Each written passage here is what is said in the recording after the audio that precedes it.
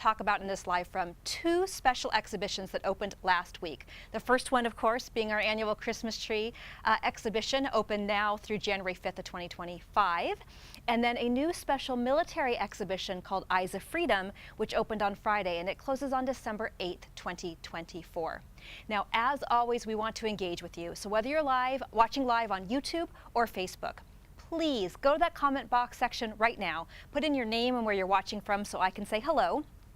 But this time, please do that. But this time we're also going to ask for something different. It is Veterans Day. We are talking about a special military exhibition. So in addition to putting in your name and your city so I can say hello, if you have a loved one or a friend that is currently serving in the military, has in the past served in the military, or maybe gave the ultimate sacrifice and lost their lives while serving in the military, will you put their name and rank and military branch in that comment box so we can all honor them together? That would be so amazing.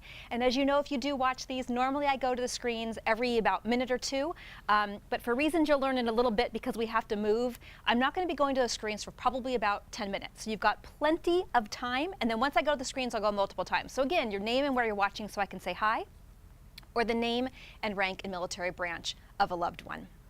So let's talk about this special exhibition. Again, Christmas around the world.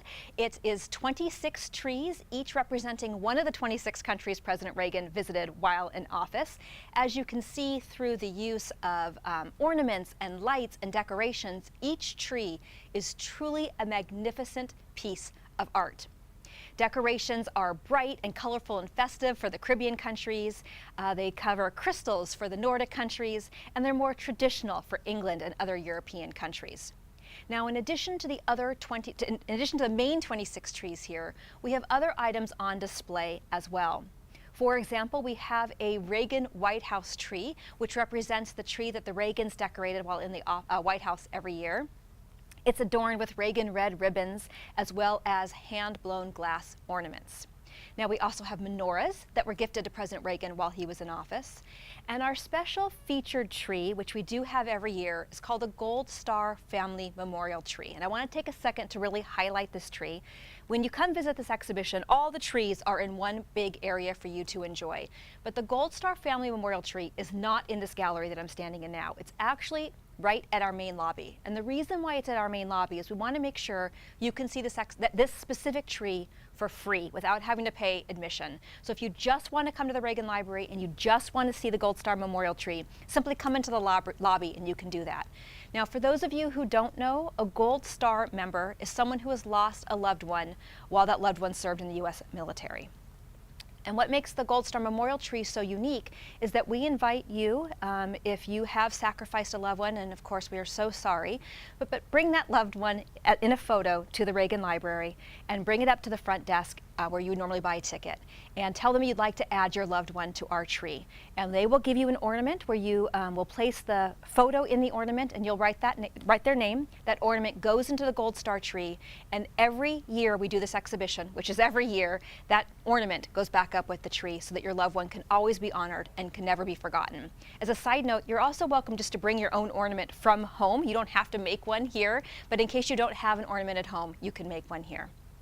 So again, this is Christmas Around the World, open now through January 5th, 2025. Now, what's behind me?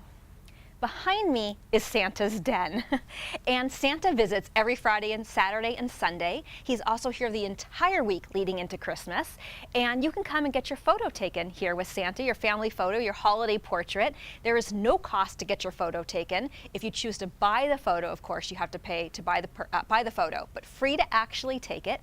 And you can find out information about this exhibition and the exact dates and times that Santa's here on our website at reaganlibrary.com/Christmas trees. reaganlibrary.com/Christmas trees. Now, if you've been to the Reagan Library, you know that there's a main museum store that is at the exit of our experience. But we were feeling very in the holiday spirit, and so we added a special kiosk to the Christmas tree exhibition. So if you want to purchase something Christmas specific, you can actually do it right here in this exhibition. So I am now going to walk over and show you that kiosk. So we're going to move, and while I'm moving, you should be seeing the main Reagan Library ornament. The Reagan Library produces a brand new ornament every single year, and this year's ornament is our Berlin Wall. And the reason why we chose the Berlin Wall this year is because November 9th, so what is that, 2 days ago marked the 35th anniversary of the fall of the Berlin Wall. What an important milestone. So you should have seen this on screen, but it's a beautiful ornament, and when the Christmas lights shine through, it almost is like like those stained window glasses. It's such a beautiful ornament. But the other thing I'm going to highlight here at this exhibition is if you come to the Reagan Library and you go into the main museum store, or you come here at the kiosk, we have wonderful, fun, just different types of ornaments you can buy for your tree, and every single one of these ornaments, including, since it is Veterans Day, we have an actual service member. We have firefighters and policemen, just all these really great different things. And every single one of these can be personalized to your family's name, your loved one's name, whoever you want to gift these to, or for yourself. And again, here in the Reagan Library main museum store or here at the kiosk, they can do that for you. And as you can probably see behind me, a very wide array of Christmas objects. I see shirts and ornaments and books and jewelry, all different items now you can choose from. So this is my little warning to you. I am 2 minutes and 30 seconds away from going to those screens. So please go in and just give me your name and where you're watching from so I can say hi. Or if you have a loved one that is serving or has served, put in their name and their rank and their branch so we can honor them. Now, how do I know I'm 2.5 minutes away? Because the only way for me to get down to the next exhibition to show it to you, we have to roll a clip. So what we are going to roll is a video that we did last week. We actually interviewed the two women, Melissa and Tiffany, who put this exhibition together for us every year. So we're going to show you that 2.5 minute video while myself and the cameraman run to the other part of the exhibition. So keep watching, and don't forget to comment and share and engage with me in just a few minutes. We'll see you downstairs. My name is Melissa Worthy. And my name's Tiffany Brown. And we are with Something Bloom. It just kind of started with me goofing off at my parents' house one day, and then the neighbors came over, and very long story short, it just kind of went down their neighborhood, and before I knew it, they were referring, and this one has a design background too, and I mean, she's also been my best friend for 35 years, so it was very easy for me to pull this goofball in, and we just, you know. We have the best time. Well, the panic sets in right after summer, and then we get together and we start going over all of our notes, because we take notes on each tree as we go.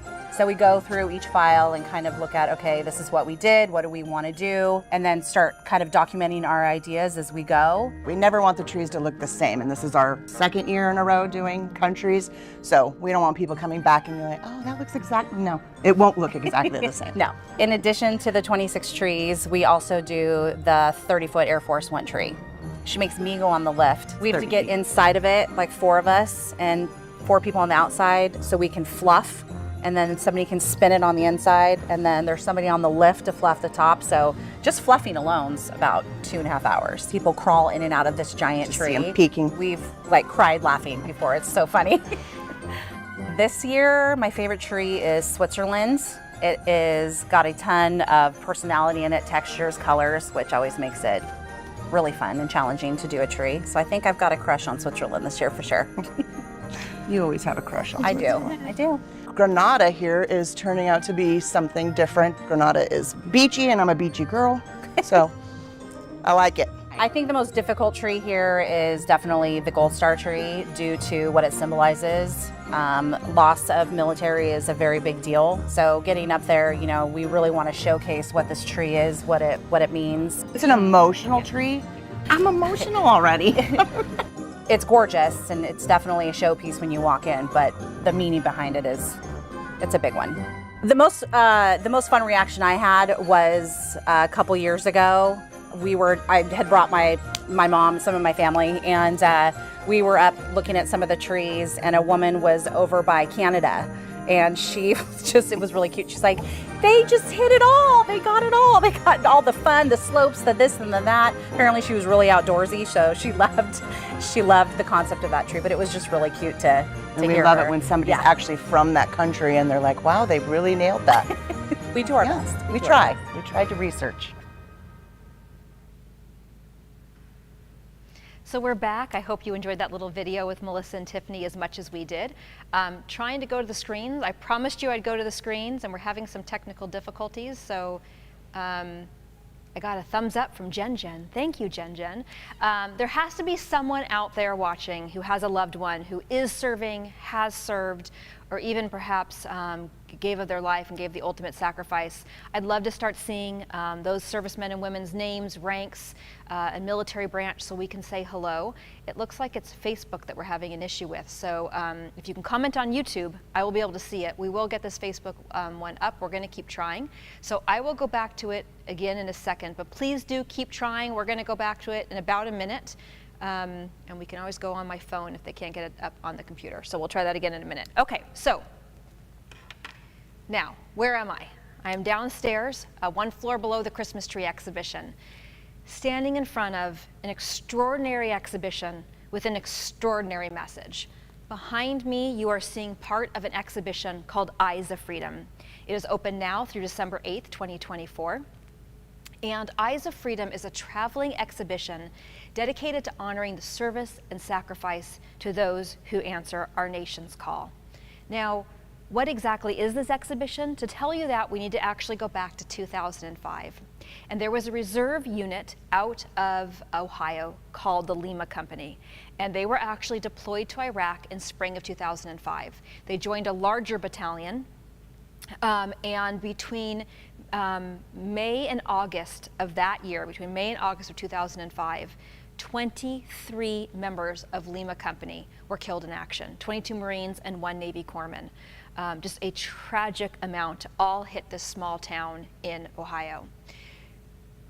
Flash forward a little bit, and there's an artist also from Ohio whose name is Anita Miller. Now, Anita is not attached to any of the servicemen who lost their lives while fighting for our country. But she's an artist, and she literally woke up one night and had this vision. And in her vision, she saw huge life-size paintings of each of the 23 men who lost their lives. At the bottom of each portrait was that man's combat boots. And it was just something she wanted to do to honor those servicemen. 2.5 years later, at the Ohio State Courthouse, the first Lima Company Memorial Exhibition opened. Now called the Eyes of Freedom exhibition. It travels the United States. I think we're the 36th or 37th state to ever have it, almost the 400th location to ever have it, and we are so honored. We're honored to be able to tell the story of these men who lost their lives. Now, of course, so many members of our military have lost their lives. So many members of our military are still fighting, and we want to honor all of them. But this specific exhibition, as I said, honors those who lost their lives from Ohio, from Lima Company. So if I just take a couple of steps, you can just sort of see each of the large paintings has 1, 2, or 3 of the service members in them with his actual combat boots. Of the 23 members who lost their lives, 21 of the combat boots and the dog tags actually do belong to that service member who lost their life. Pretty remarkable. And then on the back side of each panel, it tells their story, it tells more about their life, and it actually tells the whole story of Lima Company and the entire battalion. Now, this exhibition launched in 2007, 2008, but I believe in 2017 they added something to the exhibition that's really remarkable, and that's what I want to talk about next. But before I do, I think I'm going to try going to the screens. Are they working? I'm told they're working. So if you know me, I'm grabbing my glasses. Let's see. James from South Carolina. My grandfather, Douglas Whitaker, learned Chinese at the Army Language School and was stationed in Taiwan in the Korean War. He's 93 and still speaks fluent Chinese. That's amazing, James. Kudos to your grandfather. Please thank him for all of us for his service. We have Faith watching from Pennsylvania. Marty Burbank, corpsman diver. Very cool. Thank you, Marty. And Norman Burbank, USAF USN. So cool. Anyone else on either of them? No, that's it. Please keep adding them on Facebook or on YouTube so we can continue doing that. I really would love to honor so many more servicemen and women in our nation's military, so please keep doing that. While that's going on, let's walk over here. We're changing cameras. So in 2017, this statue called Silent Battle was added to the exhibition. It was really important to the artist. The same artist that painted all the paintings made this sculpture. She named it Silent Battle because she wanted to really bring awareness to the PTSD that servicemen and women come home with after serving. And here you see this service member sort of hunched over. You may not be able to see it on the camera, but he is holding someone's dog tag in his hands. And so what you do here is you are encouraged to touch the statue. You're encouraged to take a moment at the statue. But next to the statue, we actually have, you can see here, tens of thousands of little metal dog tags, each one with a message on it. This one says, "Thank you for your service." This one also says, "Thank you for your service." This one says, "Jessica Harunian." You pick up one of the dog tags and you can leave a message of love, a message of thanks. You can put a loved one's name on it who's currently serving or has served. And what's so amazing about this is that everywhere this exhibition goes, after us, the dog tag or dog tags that you leave here with us travels with this exhibition. So your loved one will be remembered forever as part of this exhibition. It really is an extraordinary part of the exhibition. We're going to go back now to the other camera to see if there are any other comments. I'm being told there is or there are. Oh, Marty, thank you for continuing to do this. Bill Burbank, USCG. Jeremy New, I believe is how you might pronounce that, USN. Eli Majors, CANG. Let's keep this going. We only have a few more minutes left in this podcast, and I'd love to be able to thank a few more of our servicemen and servicewomen. Andreas, is there anyone on Facebook, or is it not working? No. So this exhibition, again, Eyes of Freedom, open now through December 8th, 2024. You can learn all about this exhibition at reaganlibrary.com/Eyes of Freedom. So again, the Christmas trees, reaganlibrary.com/Christmas trees. We're not very unique. Eyes of Freedom, reaganlibrary.com/Eyes of Freedom. But again, you can simply just go to reaganlibrary.com and find everything there as well. Both exhibitions are open. I'm being talked to. This is fun. On Facebook, there's someone commenting, Luke Wilson, whose father fought in Korea. So I'm being told there's someone on Facebook for some reason that we're not seeing, and his name is, tell me one more time, something Wilson? Luke Wilson. Luke Wilson, whose father fought in Korea. That's incredible. Thank you for sharing that. And the nice thing is though I am having trouble seeing it, anyone who's on our Facebook page will see that. That's going to be memorialized in this live from, and we'll be able to see his name, which I'm so glad we can do. So you've got about 1 more minute. Please do, or just tell me hi. You don't have to have a serviceman or woman. You know, I'm actually going to end this with something I learned today. We had a Veterans Day event today, and one of the points that one of the speakers made is that we shouldn't just say thank you for your service. We should say thank you for your service and then something, meaning I'm going to make it worth it. Thank you for your service. We're going to continue fighting. Thank you for your service. You fighting brought us our freedom. Of course, whatever you add on needs to have meaning, or else why say it? But I really liked how she worded it, obviously much more eloquently than me, but it's just so important to really thank those. We are all free today because of those who are fighting today or have fought in the past, and so we really do thank you for that freedom. I think that is it. I don't think anyone else has commented. So, you know, this stays up, our live from stay up on our YouTube channel, on our Facebook. They never go away. So please, if you're watching this at a later date, add your service member to that chat so anyone who watches it in the future can honor your loved one as well. Thank you so much for joining us. Oh, wait, I'm not done. Marty, I love you, Marty. Please remember, Mike Day, U.S. Navy. Chief Show, 27 times in Fallujah, lost battle with PTSD in 2023. Oh, Marty, I'm so sorry. Thank you for adding that here. Let's all remember Mike Day. That's what this exhibition's for. That's what Silent Battle is for. Let's just make sure we hug those who need to be hugged. Thank you so much for joining us. We will see you next month. I have no illusions about what little I can add now to the silent testimony of those who gave their lives willingly for their country. Yet we must try to honor them, not for their sakes alone, but for our own. And if words cannot repay the debt we owe these men, surely with our actions, we must strive to keep faith with them and with a vision that led them to battle and a final sacrifice. Our first obligation to them and ourselves is plain enough. The United States and the freedom for which it stands, the freedom for which they died, must endure and prosper.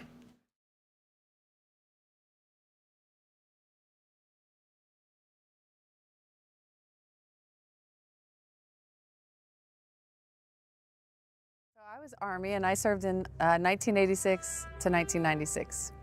Now, I was Desert Storm, the Fallen, and the paintings are from Iraqi Freedom. So for this unit, for Lima Company, there was 186 deployed in the battalion. Lima Company sustained 23 losses, 22 Marines and 1 Navy Corpsman, so a total of 23. The battalion lost 48 total. Part of our mission when we're out traveling the country is to speak to school groups. Either we come to them or they come to us, and this is some of the things I kind of coach them up on in respect to kind of patriotism. I share with them that, you know, do you know what a Gold Star family is? And I tell them it's a family that nobody wants to be a part of. It's because you lost your loved one to combat. And we talk to them about how you earn a Purple Heart and a Blue Star family who is, you know, who has someone currently serving. I hope they're inspired for a sense of kind of patriotism and those Americans who have been willing to answer our nation's call to serve and those who have made the ultimate sacrifice in that service.